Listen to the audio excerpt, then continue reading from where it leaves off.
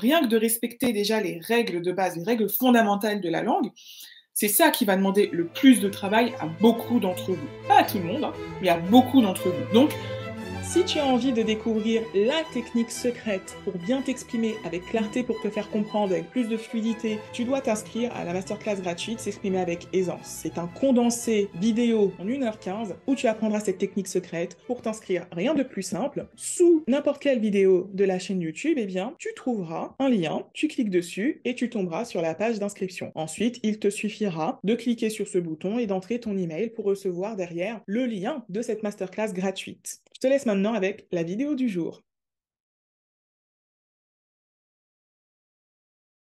La première des disciplines, elle est évidente, mais on va la décortiquer, c'est la langue française.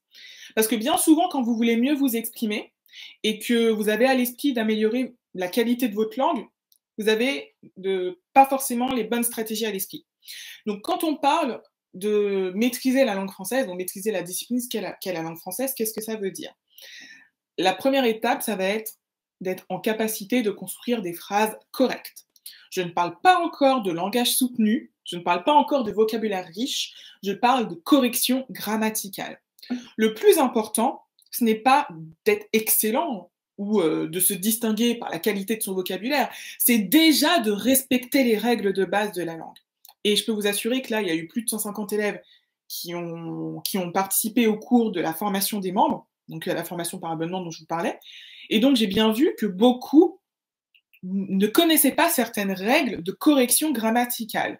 Donc, par exemple, ça arrive à beaucoup d'élèves, soit à l'oral, soit à l'écrit, de parler en construisant des phrases qui n'ont pas la structure SVC, sujet, verbe, complément. Donc ça, c'est un signe de relâchement, c'est un signe de manque de rigueur et d'incorrection syntaxique. Donc, rien que de respecter déjà les règles de base, les règles fondamentales de la langue, c'est ça qui va demander le plus de travail à beaucoup d'entre vous. Pas à tout le monde, hein, mais à beaucoup d'entre vous. Donc, si vous sentez que les phrases SVC, sujet, verbe, complément, finalement, c'est pas trop votre tasse de thé, oubliez tout ce qui concerne le vocabulaire, etc. Concentrez-vous sur ça. Donc, autre chose qui sera important, c'est évidemment le vocabulaire. Mais qu'est-ce qu'on entend par vocabulaire? On va d'abord entendre la simplicité des mots. Construire des phrases simples avec des mots simples qui expriment simplement votre idée. Ça va être très, très, très important parce qu'il y a pas mal de personnes qui, quand elles essaient de bien s'exprimer, sont obsédées par le mot juste. Donc c'est peut-être votre cas, peut-être ton cas, peut-être que tu es obsédé par le mot juste. Et donc, ce qui va être important, c'est plutôt de te dire quel est le mot là le plus simple qui me vient pour transmettre mon idée. De ne pas viser, de ne pas chercher à bien parler, justement, c'est le piège. Être simple. Et au fur et à mesure, ça c'est la première étape, être simple, et au fur et à mesure, tu pourras enrichir ton vocabulaire. Et j'ai créé une méthode qui est le vocabulaire qualitatif, et je donne des techniques pour enrichir ce vocabulaire-là.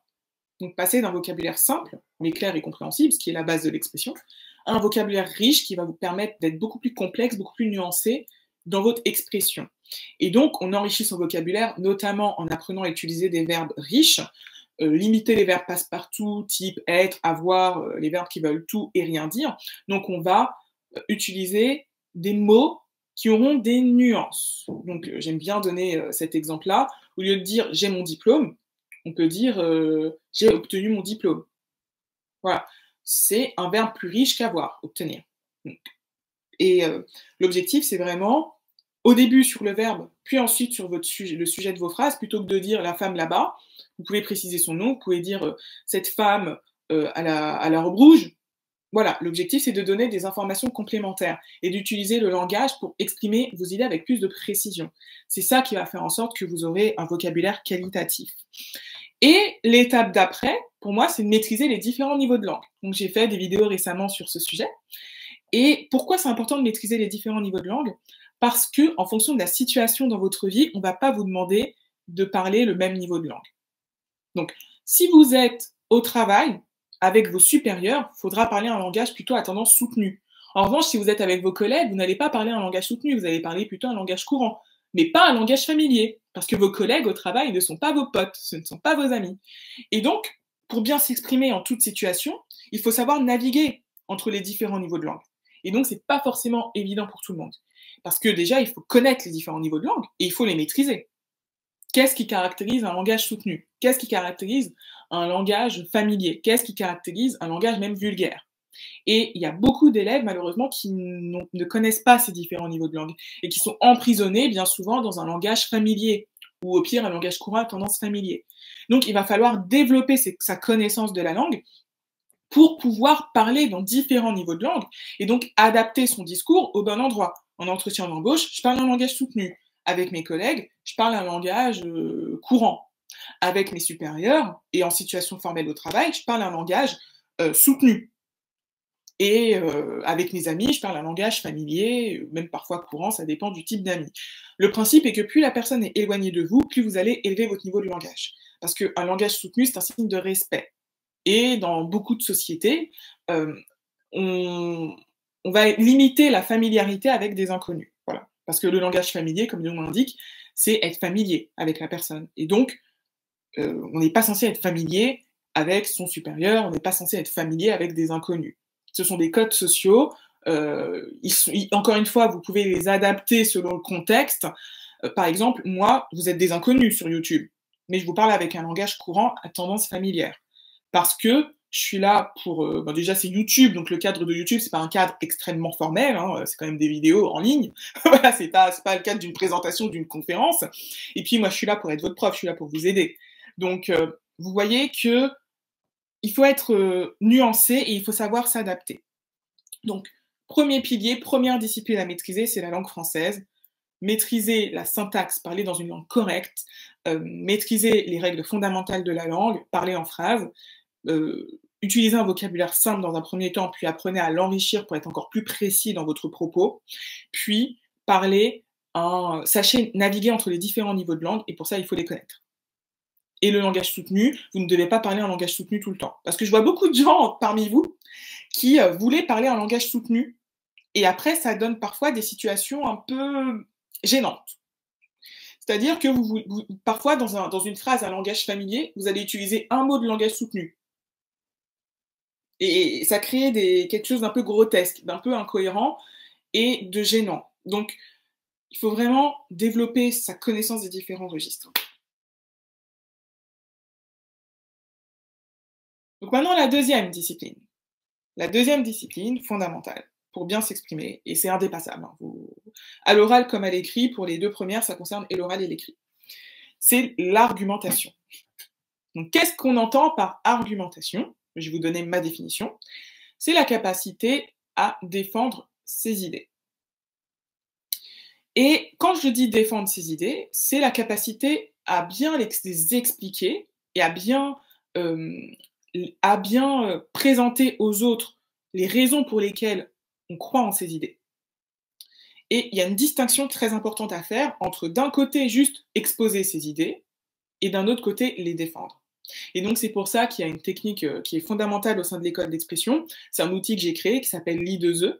Et le principe c'est quoi? C'est que la première étape c'est de présenter son idée en une phrase simple et la deuxième étape ça va être de l'expliquer pour que la personne en face de vous la comprenne bien.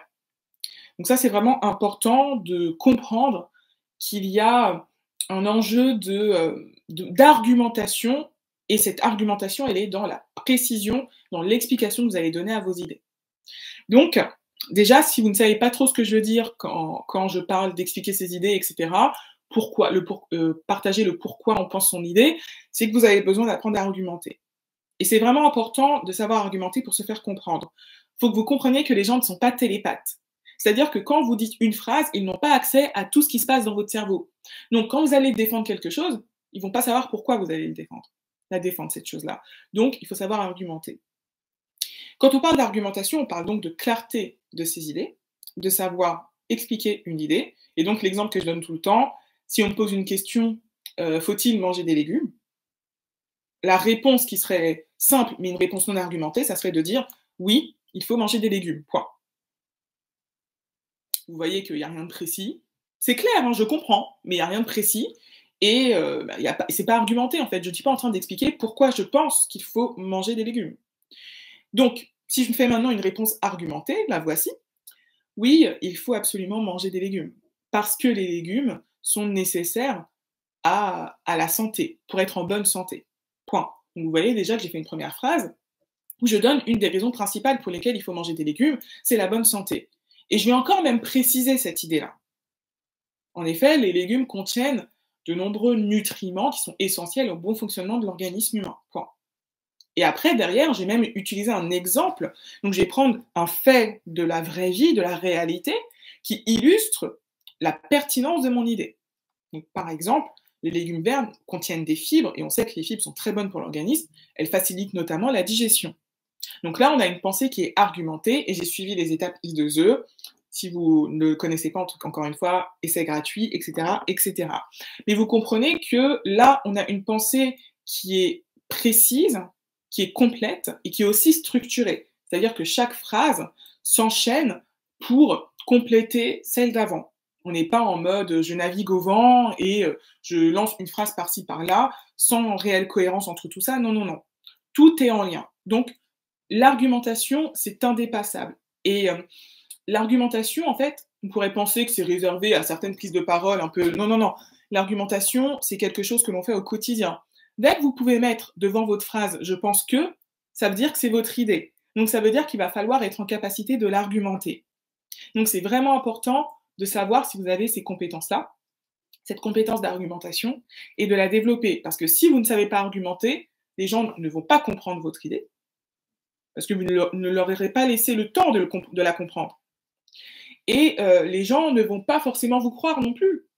Vous ne leur avez pas expliqué pourquoi vous pensez cette idée-là. On va donner un autre exemple, même très concret, de la vie quotidienne. Imaginons qu'on te demande tu préfères aller au cinéma ou regarder un film? Et vous répondiez juste je préfère aller au cinéma. Oui, pourquoi Tandis que si vous répondez, donc réponse argumentée, je préfère aller au cinéma parce que ça sera une sortie sympa entre nous. Ou alors, je donne une autre explication. Je préfère aller au cinéma parce que on aura droit à une belle qualité. Voilà, l'expérience de cinéma, c'est beaucoup mieux. On a une belle qualité, on a un bon son. Ou alors, on pourra manger des pop-corn. Voilà. Vous voyez que c'est pas la même chose. Et que dans la deuxième option, vous donnez beaucoup plus de possibilités à la personne en face de comprendre ce que vous dites et d'adhérer à votre idée. Donc l'argumentation, c'est indispensable, on en a tous besoin, et ça ne se limite pas aux prises de parole professionnelles ou autres, c'est vraiment une compétence indépassable. Indépassable. Et un autre élément en lien avec l'argumentation, j'en ai un peu parlé, c'est la structuration de votre pensée. J'ai parlé tout à l'heure de l'I2E, ce sont des étapes claires qui permettent à mes élèves d'apprendre à structurer leur pensée quand ils défendent leurs idées. Mais défendre une idée, c'est bien. Maintenant, l'enjeu, une fois qu'on sait le faire, c'est d'arriver à défendre une pensée. Une pensée, c'est l'articulation de plusieurs idées entre elles. Donc, on ne va pas défendre seulement une seule idée, on va en défendre plusieurs.